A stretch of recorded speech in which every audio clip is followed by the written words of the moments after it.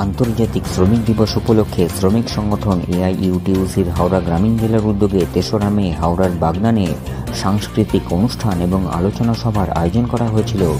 মে দিবস উপলক্ষে আয়োজিত এই সভায় প্রধান বক্তা হিসেবে ছিলেন স্কিম ওয়ার্কার্স ফেডারেশনের সর্বভারতীয় উপদেষ্টা অধ্যাপিকা অনুরূপা দাস। অঙ্গনওয়াড়ি, আশা, মিড ডে মিল, পৌর স্বাস্থ্য কর্মীদের সংগঠনগুলি রয়েছে স্কিম ওয়ার্কার্স ফেডারেশনে।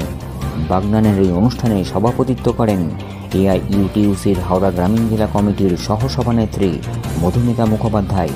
এই সভায় কি বলা হয়েছে, #লাইভ নিউজ বাংলায় থাকছে তার কিছু অংশ। এই অত্যাচার করছে মালিক শ্রেণী, কারণ আমরা তো অস্বীকার করার উপায় নেই। নিশ্চয়ই কাগজে কাগজে আমরা যারা পড়ি জানি যে কিছু মানুষের সম্পদ এত বেশি বেড়ে গিয়েছে, সেই সম্পদটা তারা ক্রমাগত বাড়াতে বাড়াতে বিদেশেও তাদের ব্যবসা করছে।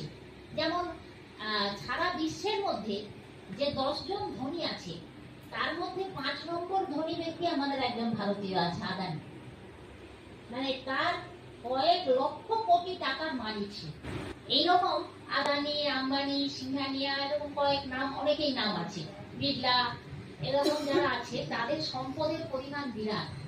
তা মার্কস দেখিয়েছেন যে আমাদের পরিশ্রমের ফলটা যদি কিছু কয়েকটা মানুষের হাতে গিয়ে জমা হয়ে যায়, তাদের হাতে এত টাকা সম্পদ যদি জড়ো হয়ে যায়, তাহলে স্বাভাবিকভাবেই আমরা পরিশ্রম করছি, দেশের সম্পদ তো এক জায়গায় জমা হলে বাকিদের মধ্যে থাকবে না।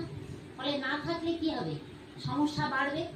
আমাদের উপার্জন, আমরা একটা পরিবারে যদি দেখা যায় যে পরিবারের যা সম্পত্তি একজন সব নিয়ে নিল, কাউকে দিল না, তাহলে অন্যরা না খেতে পেয়ে মরবে আর একজন ভালো থাকবে। এটা তো হতে পারে না। আমরা বলি যে সম বন্টন করতে হবে, সেটা পরিবারের ছোট ক্ষেত্রে হয়, কিন্তু আমরা আমাদের দেশে কি দেখছি না, ওই কয়েকটা লোক তারা কোটি কোটি টাকার মালিক।